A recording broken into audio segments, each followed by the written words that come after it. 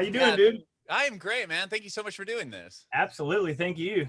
Cool, man. Yeah, so our podcast is about your journey in the music industry, really, and how you got to where you are now. I know you play with Dashboard and you have a solo record or EP coming out. So we'll cover all that if that's cool with you. Yeah. Sweet. Whereabouts in the world are you? So I'm in Franklin, Tennessee, Nashville. Oh, you are? No way. Yeah. Okay.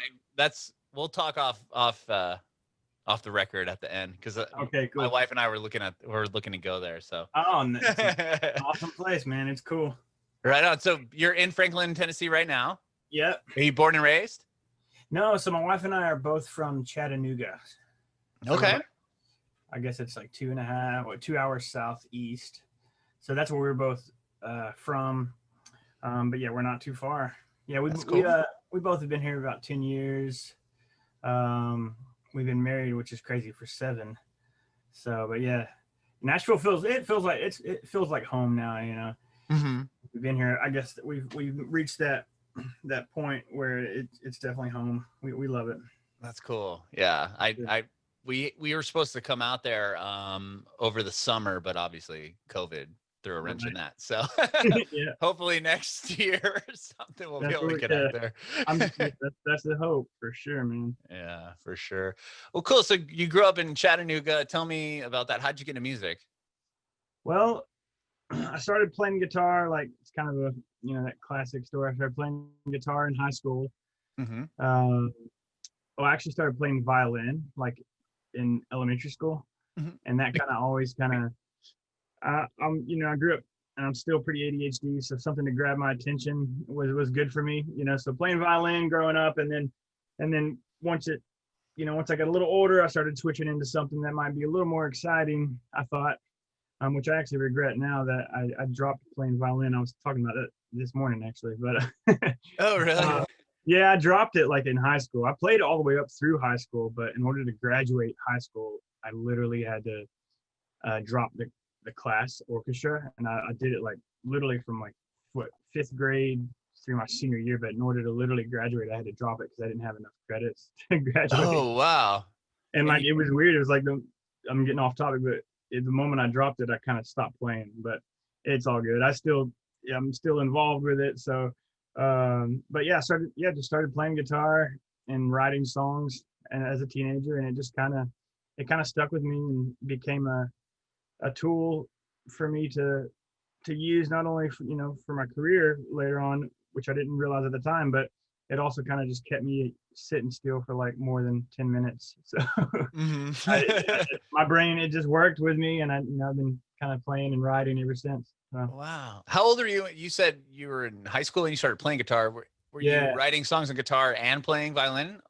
I was just kind of doing a little bit of everything. Actually, I started playing piano when I was like probably 10, but I learned by ear, and that's kind of what got me going. I never really knew how to, it's kind of a funny story. I never knew how to read sheet music mm-hmm. until I finally was forced to learn. And somehow I faked my way. When I'm telling you the story, because I'm not bragging about playing by ear. I love it. I faked my way all the way through, from like 5th grade through like the end of junior high. Yeah, all the way through until I was a freshman in high school, without being able to sight read. Somehow I made it through, and no one knew, playing violin. And then I did this testing in my freshman year, and the guy was like, "Okay, play this piece," and I'm like, "Can I hear it first?" And he's like, "What do you mean?" I'm like, "Just let me hear it real quick." And he was like, "Do you know how to read music?" I was like, "Not really." So yeah, but it's been a part of my life from almost as long as I can remember, really. So in some way. Yeah. Wow. So you, with the violin, you were in the school orchestra? Yeah. Okay. Were those? Go ahead. No, you're fine. I was gonna say, was that kind of the first experience you had performing in front of people? Was in those school ensemble things? Yeah, I also started a band with one of my best friends still to this day. We started a band in high school, so we did that whole deal, and playing talent show and playing shows in town, and just. Oh, cool! It was fun. Let me hear about that a little bit. So you had a band with your friend. What grade were you guys? Gosh, I was a sophomore in high school, and he was a senior, Yeah, we just did the whole deal. You know, it was like the classic every time I think about it, it's like the classic nostalgic thing. Like, you know, I remember our drummer, he had a Jeep, like a full on Jeep, and we'd ride around and carpool in 3 or 4 different cars, and you know, bring shit to, like, you know, places around town and just play like open mic and just do the whole thing. Yeah, it was fun. That's cool. And did you guys, aside from playing, like, did you just stay like local? Was it just No, like we a local actually thing? became no, we actually did a thing for about 7 or 10 years, Oh, 7 years. wow. Yeah, Okay. yeah. It was a band called Nevertheless.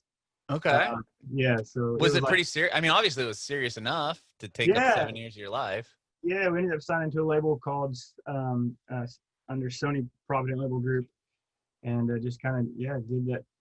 I don't really talk about it Wow. too much, but it is part of my story. Yeah. So, but it was almost like college. Like, it was, you know, we bought a van together. We did the whole 9 yards, and I learned a lot in those 7 years. We broke up in 2009, but that was, I always look at that as like college for me. Like, you know, Hmm. we learned all the hard lessons. We did all the shit you do as a young band, and all the mistakes you make, and all the money you spend, and all the money, you know. Right. But we learned a lot, and we're all still buddies. I talk to the singer literally like every other day. Oh, Uh, wow. yeah, That's he's a cool. really good friend. But yeah, so that's kind of what started, like, it, like, kind of opened the door for it to be a career. And Hmm. you know, meeting people through that, and then kind of moving forward. I played for a few different artists. I played for a guy named Aaron Gillespie. He's in Under Oath. Uh, Wow. it was for his solo project. It wasn't. It was pretty heavy, but it wasn't like Under Oath heavy. Right. But he became a really good friend, and he How did helped. you meet? How'd you meet him? Just through that band?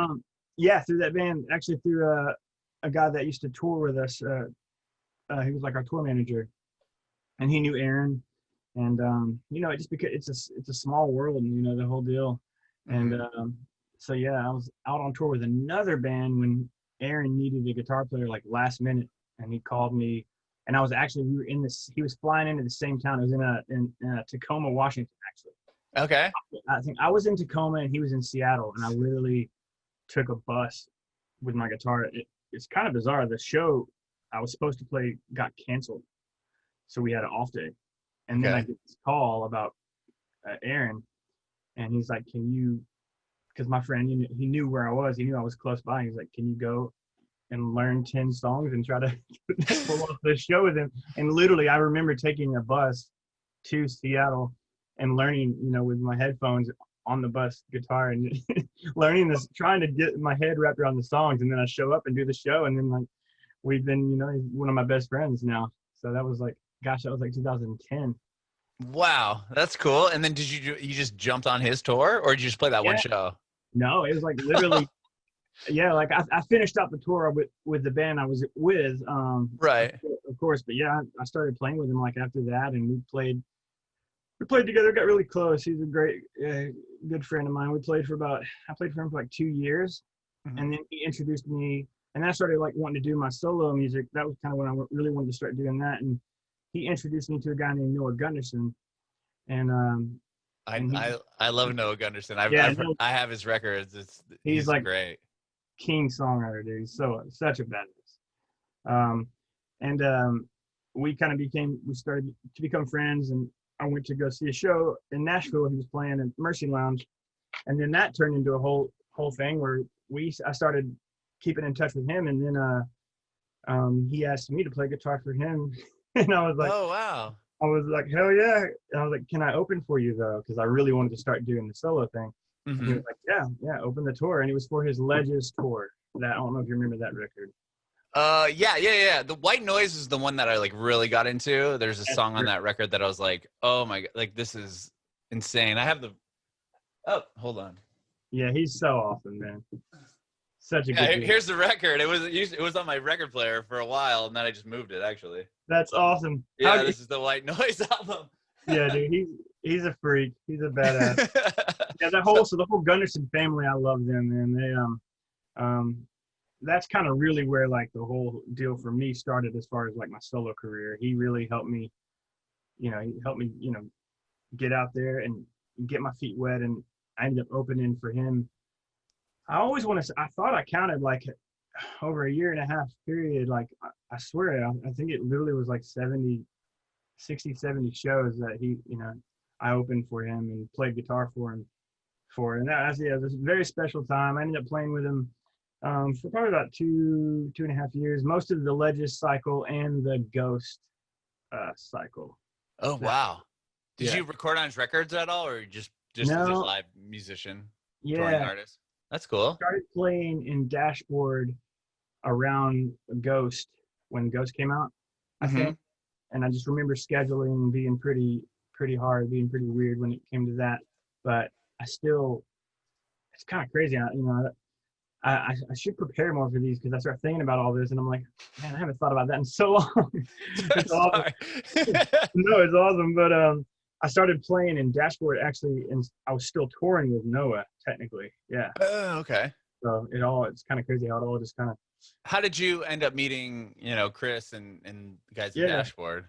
So Chris, well, if I back up a little bit, I did a record. Noah introduced me to another really good friend of mine to this day. We just did a record together. Joshua James, you know him?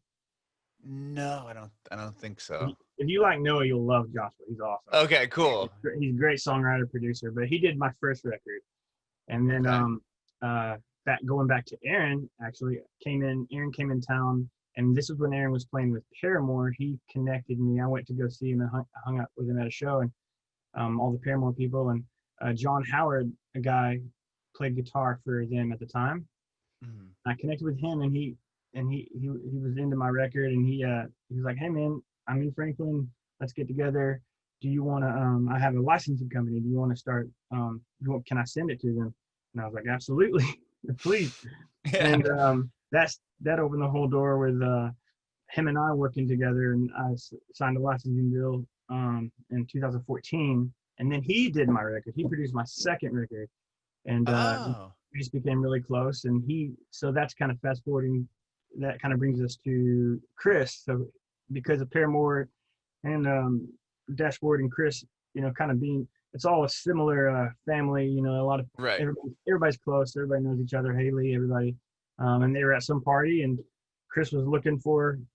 He began the search for a guitar player. He was gonna open up the door with Dashboard again, and he asked John, and John was like, "I know a guy you might want to chat with." And then he literally lives Chris lives like 2 miles away, and I had no clue. And he was like, "Hey, I gave Chris your number, and he might text you." And he texted me the next day, and he's like, "Do you want to come over and kind of just play around and see what happens?" And I went over and we played Screaming Infidelities, and I sang some harmonies, and it was like, all right, let's do this. Oh my God. It was really cool. Weird. It was really weird. Such a trip. Were you a Dashboard fan prior to joining the band? Totally, yeah. I grew up, it's kind of, I mean, at first we used to joke about it because I was like, my mom came, because I'm actually not the youngest in Dashboard anymore. The drummer, CK Chris, he's a couple years behind me, but I was young when I was still young, but whatever. But compared to the whole crew, I was like, I didn't want to look like this, this nerd with being a fan of Dashboard. My mom shows up to the our first show, and he's like, he was you're his blah blah blah, you're his hero. And I was like, shut up, no, it wasn't, Mom. But looking back, like now I'm like just proud of it. It's like I grew up listening to Dashboard, and I'm definitely instilled that whole scene, was like the beginning of it, like Dashboard, emo. Oh, dude, that's my Further Seas Forever, Oh yeah, Copeland, all of that. Mm-hmm. Yeah, that's what made me want to be in a band, Right, exactly. Like that whole scene, the Taking Back Sundays and Brand News and all over the world. Like that was like everything I loved as a kid. How old are you? 35. Yeah, we're literally the same age. Okay, yeah. So I'm 34, but it's the exact same time. It was right. Like, that was totally. It was a thing. I remember hearing New Year's. I always tell Chris this too. I remember hearing New Year's Project on the first Further record, and just like literally, that was it for me. I don't know why. The acoustic guitar. I mean, not the acoustic, but the electric guitars and the weird time signature. And I was like, This is Mhm. what I want to do. Like, I want to be in a band now. I don't Yeah. want to play violin. Yeah, right. Yeah, I want to rock. Now I want to play violin again. Now that I'm old. Yeah, right. That's funny. The first time I ever saw Dashboard, I live in San Diego, and there's a little club here, or it's not even there anymore. It's there, but it doesn't do shows. It was called the Epicenter. It holds like maybe 200 people. Okay. And Chris was touring with Alkaline Trio, but No. he just started Dashboard, and he was still just him. So Right. he opened for them, and he just sat on a stool and played maybe 10 songs. Like he had like the first EP on it with hands down acoustic. That was like the only record he really had out yet. Yeah. And I remember hearing that song and being like, oh my, like this is the most epic thing I've ever heard. And then being kind of irritated. Like, I'm sorry to say this, but like when he put out the electric record and it was on there, I'm like, this version like is totally not as good. But like, now I hear it. And dude, it's rad, but 100%. I grew up with the acoustic version, and then he put out, the Places That Come to Fear the Most. I'm like, okay, this is acoustic, this is his vibe, and then he put out the electric record. And all these assholes start playing electric guitars. Yeah, I'm like, but I still loved it though. It was just funny. It was like such a mind like.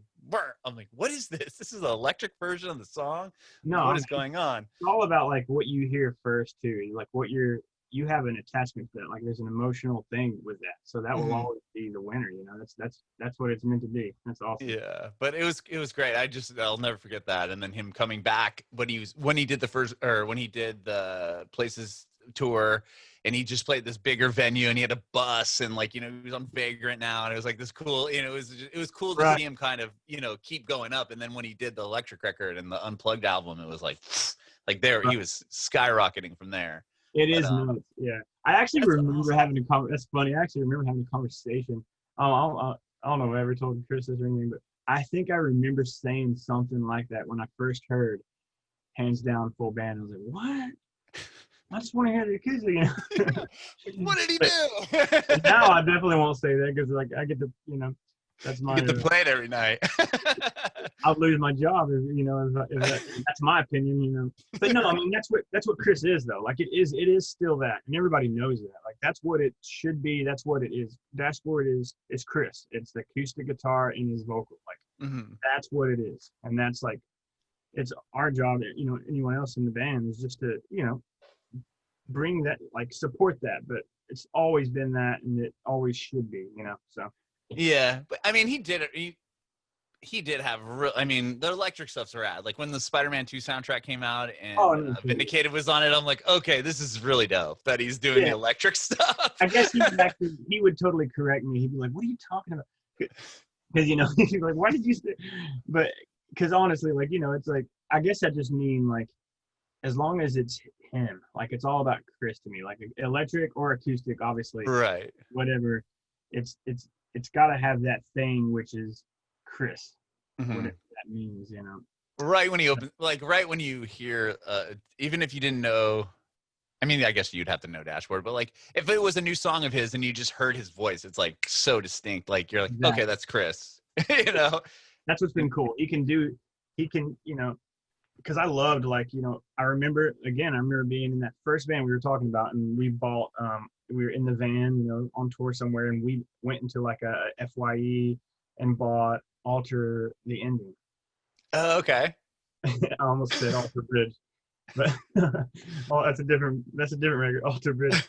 No, Alter the ending. We were both like, dude, this is so sick. I remember thinking like I actually was starting to prefer like the full band vibe. Like I thought it was really cool. So I think he's done a good job at progressing without losing, like you said, what he what makes him, special. Yeah, him, right. So. Have you played on any of his records? Does he just do all that himself? We did the last record, the band together. Crooked Shadows, that one? Yep. Yeah. Oh wow, that's an incredible album. That's like one of my favorite records of his, to be honest. Like, oh, thank you. Yeah, that's definitely not acoustic too much. No, not at all. And it's so cool. Like I used to do radio, for 15 years prior to this. And I got let go due to COVID or whatever. But the station I worked at, we were playing that record, and he came and did like a little session for us. It was no really way. rad. I got to interview him at that time, but it was just pretty cool that he came down and he played off that record. I have it.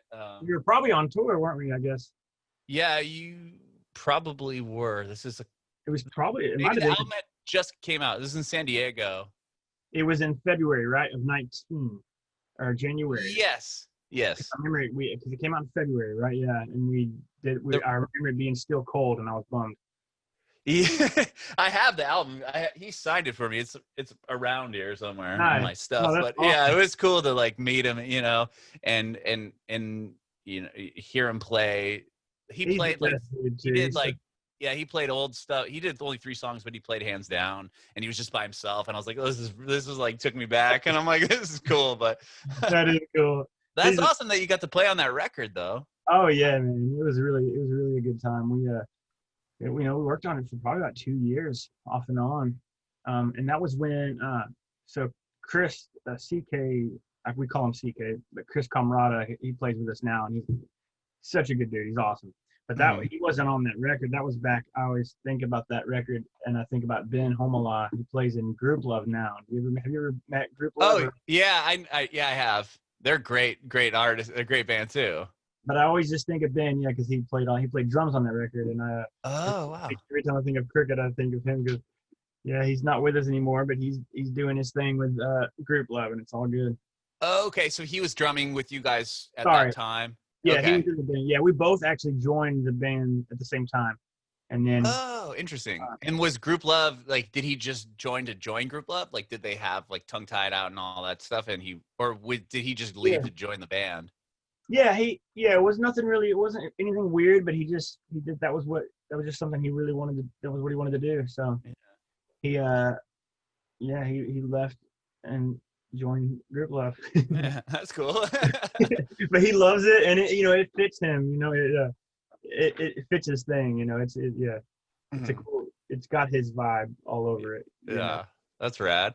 I don't know. You know him. He's a cool. I don't know.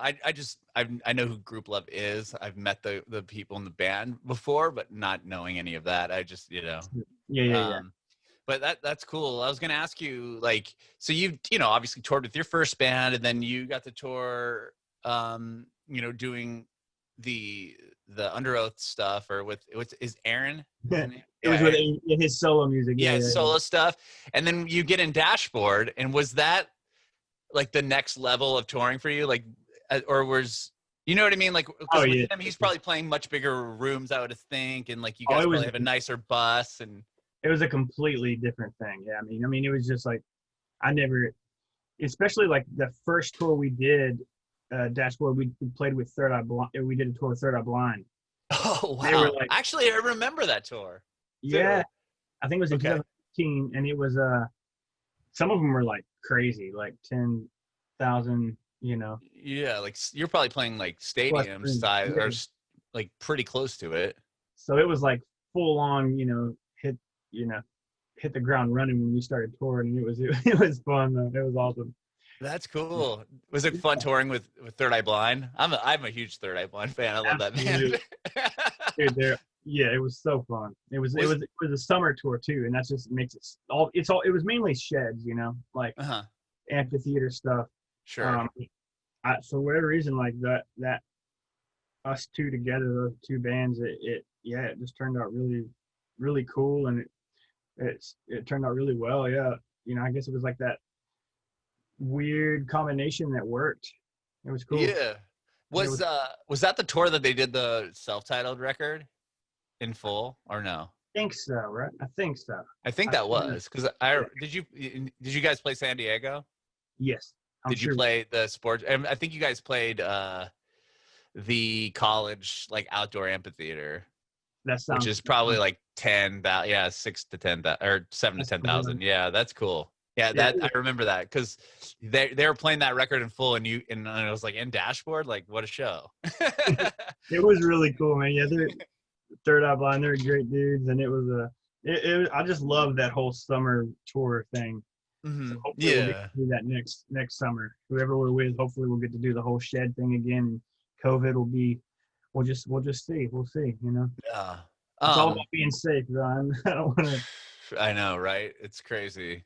I was gonna ask you, did you like obviously growing up, we're the same age, like grew up with the same artists and stuff. What was there a band that you've got to tour with or play with that was like, you know, mine, like who was like the top band, like was playing with, I don't know, Get Up Kids or something like that? I'm trying to think, but like, Yeah, was there a moment you're like, whoa, like I get to share a stage with dude, it Bill probably Kelly? was Third Eye Blind. Really? Yeah, probably because I grew up listening to them, you know, and like, yeah, it was, you know, because those songs are like just embedded in us, you know, Oh and yeah. growing up, like, yeah, it probably was. I would them or honestly, maybe even. Well, it was the same tour, but Augustana. To be real, it was probably Augustana for me. Okay. Augustana opened up that tour, and like, Dan actually, he lives in town, and we see each other. They're great people for one, but I like I was like pretty like fanboy Augustana. Like I love Augustana. Mm-hmm. And I'll say it all to their faces. Like every night, I would just run to the side of the stage and watch them because I grew up. Not grew. Well, when was the first record? When did the first record come out? Augustina. I'm thinking of the self-titled album. That kind of had almost more of like Dan's voice is like slapback delay. It has had "Steal Your Heart" on it. You know that song? Yeah. Steal Your Heart. That whole record though. What was that? Oh, that was the self-titled record. That right? And then yeah, that is self-titled. There was one before that had 20 years on it, the song 20 Years. And that was the song that got me for them, dude. I was like, this is it. Yeah, the Can't Love, Can't Hurt record? Yes. Yeah. That record. That's cool that because that's such a not a random band, but they just aren't like a household name, and they're from San Diego. So dude, they're just something about that album, like seriously. I don't know if it was just like the time and place I was at in life or whatever was going on in my life. I don't know what it was, but it's burned in my soul, dude. Like I love that album still to this day. That's so it's awesome. probably honestly Augustana. When I watched them, I was like, oh shit, this is fun. This is gonna be a fun tour. That's awesome. So you got your solo career. You got a new record coming out. Yeah. And so meanwhile, like when you're doing Dashboard, are you always writing stuff for your solo project, or are you always kind of playing your solo stuff along with Dashboard, or okay? Yeah, I'm always just trying to stay busy, and before I joined Dashboard, I had the solo thing, and Chris has been awesome about it, and he views me as an artist, and he treats he does everything he can do to help, and it's been awesome. Yeah, so I always am. When I have the time, when I'm not touring with Dashboard, this is kind of where my head goes, and it's been working out. Mm-hmm. So I did this record actually in 2018, this new one, but I didn't release it until now during the pandemic. So yeah, because it just kind of happened that way, touring with Dashboard last year, and then I just was trying to find the right window to like actually do a 5-month set up and release and kind of get my head in the game with it, and it just didn't happen until now, or this year. So that's cool. So in 2018, so the songs have been sitting for a while then, right? It's pretty crazy. Yeah. Did you release it because it was quarantine, or you were just going to release it anyway and it just happened to? I was going to release it anyway, yeah. Okay. And it just happened to fall on this, but that's all good, it's like, yeah, maybe, yeah, we just got to we all got to keep doing our thing, keep moving, So it's all good. I was definitely like, I didn't plan, like originally I didn't plan to, like, I didn't do the record in 18. I was like, I'm going to release this in 2020. Right. I wasn't thinking that when I did it, but I wasn't like, okay, now I'm done with this. So let me give it a little while. But it's okay. And it worked out, so everything, it's been all good, but I'm definitely all that to say, I'm definitely ready to release it, Okay. I'm definitely not ready to move on or nothing, but I'm ready to be like, it's just a different thing. Until it's released, it's hard to get my headspace into even writing new songs sometimes, Yeah. And have you obviously, because the songs are from 2018. Have you played them live, like on your own Yeah. solo shows and tours? Yeah. I haven't done a tour yet for the record, but I've done some shows and you know played them live. But they're still all they're all new and no one's heard them, so it'll be cool. When do you have a release date for the whole thing? Yeah, it's September. It's next Friday. Oh, wow. Yeah. Okay, I congratulations. just realized that. Well, I knew it was coming up, but yeah. So I keep saying September 18th, but that's next Friday. So yeah. Next Right? Friday. Yeah, it is. Yeah. It's the 11th, so yeah, next Friday. Wow. Well, it's the song that you have out now is called Lighthouse. And tell me a little bit about that song. So I wrote that. I started writing that in Canada, I remember, actually, and I was on tour with Dashboard. Okay. And I just had that piano thing and piano idea, and I started writing it. And I think sometimes I would use venues that we were at that might have a piano in the back and just kind of start piecing it together. And then I did it at home. But it started out kind of being about, being away from people. For me, it was being away from my wife and, kind of dealing with depression and being on tour and just kind of getting into that place where you just kind of feel like you're in a rut a little bit. And I just kind of met at that. I kind of opened the door to being honest with myself with that song, and that's kind of what helped shape the rest of the record in a way, But So that was like the first song you wrote for the record? It actually wasn't, but it was one of the first. It was, again, you probably said it's probably literally the second one, but the first one was the title track, Dark Side of Happiness. Okay. I actually started writing that in literally 2015. Oh my gosh. I have I'm pretty OCD, but I have 40 versions of it probably. I have so many versions of it. But was it hard to narrow it down? Yeah, it was just I knew there was something there for me that I connected with the song, but it's an awkward lyric, the chorus has this honest, it's not really poetic kind of thing. And I just had a hard time, I guess, maybe having the courage to move forward with that song. But then what's cool is it kind of began to shape the rest of the record. So it turned out, it kind of was, I guess I could almost say that obviously the Dark Side of Happiness, the title track, was the beginning of the album for sure. Interesting. And you're talking about writing on a piano or whatever in the back of a venue. That's pretty cool. So during your downtime on the road and stuff, do you work on your music quite a bit? Yeah, it's kind of funny. I have a thing, I get into routines, and I had a thing on tour where when I was writing this record, I would probably 2 hours before showtime, I would go to the back of the bus and just start. I was also just kind of warming up my fingers, playing acoustic guitar, but I would write a lot.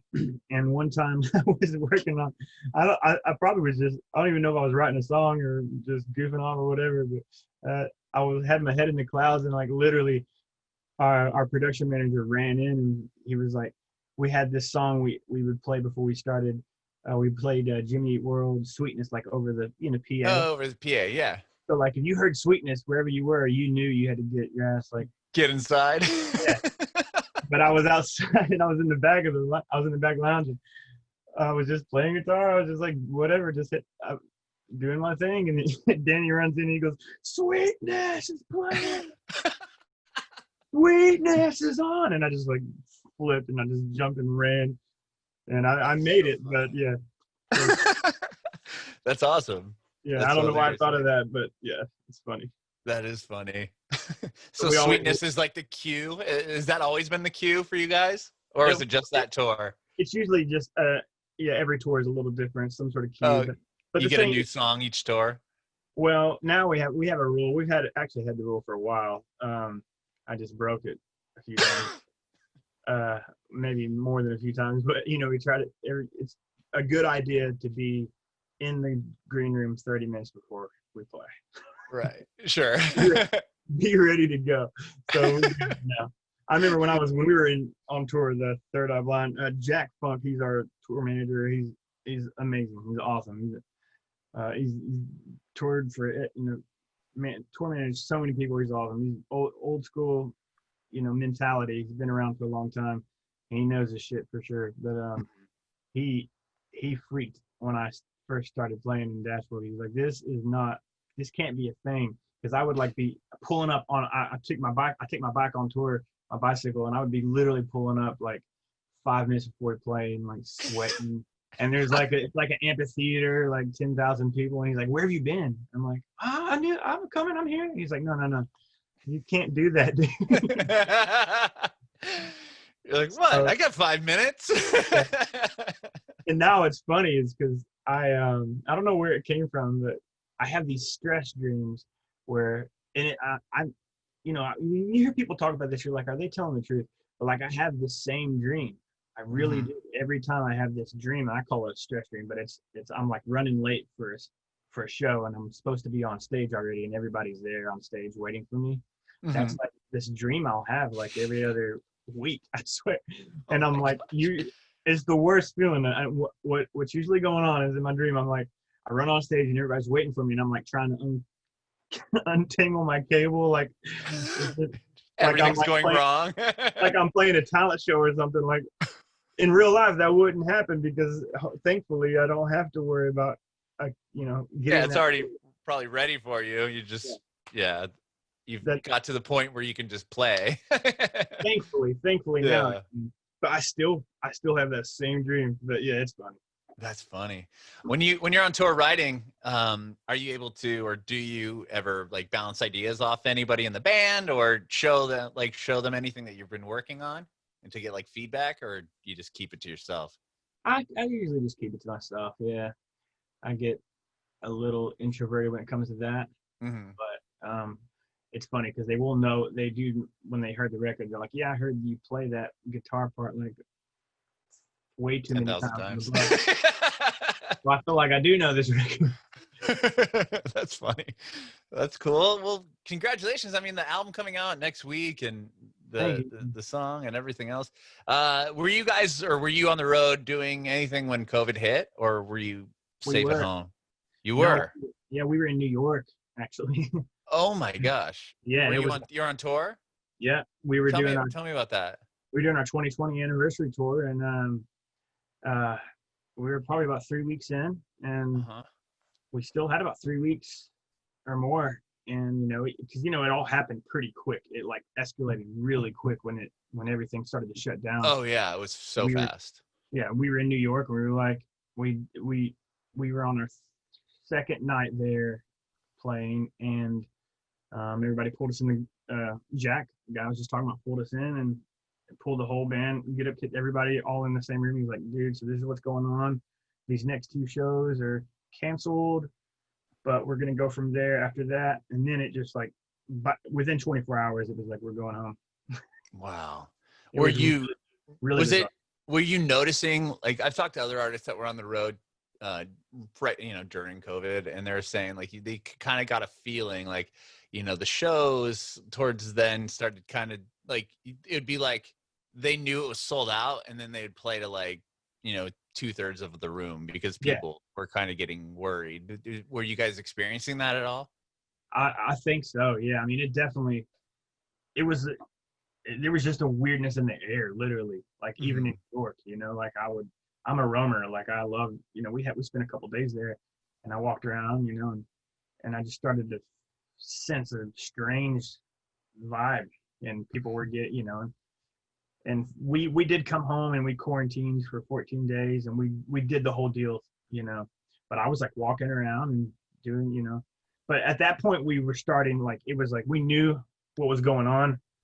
And I had hand sanitizer with me every 2 seconds, Sure. And every door I touched, and we were very careful, as much as we can. But you got to think, it's not a good place for a band to be on a bus in COVID. No. I mean, right, going to city to city to city, meeting new people, all these people. Not to mention that's like really, that's fucked up. It's like, yeah, no, it's actually, not. You're the second person I've said that to me, where they were telling me like, personally, like we would feel bad because we knew that we're exposed to X hundreds of people in New York and then Philly Oh, or whatever, really? and then like you're just like the traveling like COVID bus kind I mean, that's insane. It's like, let's just go home, dude. That's literally like, yeah, it was crazy. So, Wow. What a but bummer though. I mean, yeah, to be during that tour. You it guys was, hadn't came to the West Coast yet, right? no, no, Yeah. we did actually. Yeah, Oh, we you did. already had done the West Coast? Yeah, because I remember Okay. we started out west first, which we usually don't, but Mm-hmm. we did, and we were in New York, but we still had, um, Ryman Auditorium. We had a lot of shows left, but Mm-hmm. things happen, and no one anticipated that, and no one Right. could. It's crazy. Yeah, you just gotta adapt to what's happening. Right. That's crazy. And so now that you're home, you're quarantined, you got a record coming out. Like, how have you been able to be creative? Are you not Yeah. inspired anymore? Like No, sick of sitting it's been. inside? I've, my wife and I, we still are. We're really safe, and we just play. We just want to be smart and for everyone's sake, So we Mhm. stay home pretty much all the time. Yeah, I don't really Yeah, go same anywhere other here. than like the Whole Foods, you know. Right. So I'm just trying to, I want to do my part when it comes to that. But we have a studio here, so it keeps me sane for sure. And I mix and I worked on a few records with since I've been back, and now the record coming out, it's exciting, and Mm-hmm. it's enough to it's more than enough, I'm beyond grateful for what I have. I always feel spoiled, It's just like I didn't, I'm sitting here in a studio that I never thought I'd have, and Yeah, so that's it's like cool. I'm very grateful. I try not to. I get pretty moody, so I'm trying. I'm trying to really stay, like positive. It's Uh-huh. important to be positive. Yeah. I can be like that classic, like I can just start complaining about everything. And Dude, I get the same way, man. I can do this interview, I'm a but glass half full or a half empty type of guy. oh yeah, I could do this interview and just sound like, but most of the time I'm probably just complaining about something. I'm usually bitching about something. Yeah, So, I but talked to there's a guy, Will Wood. He's an artist, singer, songwriter, and he told me that he's telling me the same similar thing about how he feels like he's always complaining. And he's like, now I get paid to just complain over my piano, yeah, like all of his lyrics are just him complaining. I just was like, that's the complaining, perfect dude. way to put it. Oh yeah, I know, man. It's funny. It's Uh, weird. that's cool. So you have your studio at home. You said you're mixing. Are you mixing other people's records, working for other people too?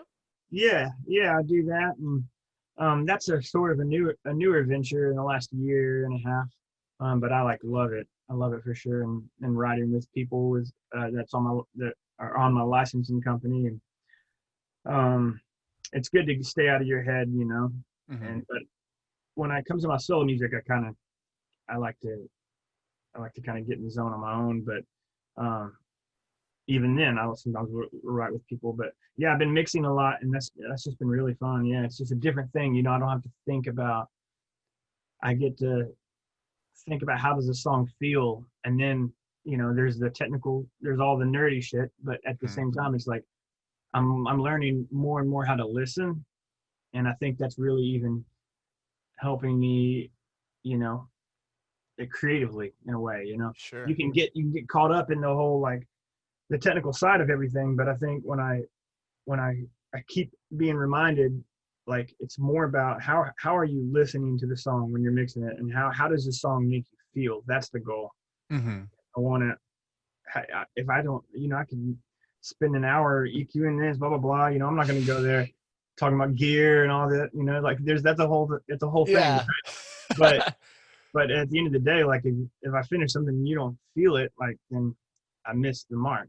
So Mhm. learning that has been fun to apply that to my arsenal, but also like apply that to my creativity. So it's been cool. That's awesome. And were you able to record and mix your own record? Like the one coming out? Was that all you or no?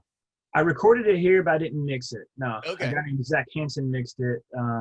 Fantastic dude. He he mixed it at a April based Bonnevere studio in Oh, wow. Wisconsin. So Okay. he does a few different things. He plays drums. He techs, I think, and he works with Bonnevere.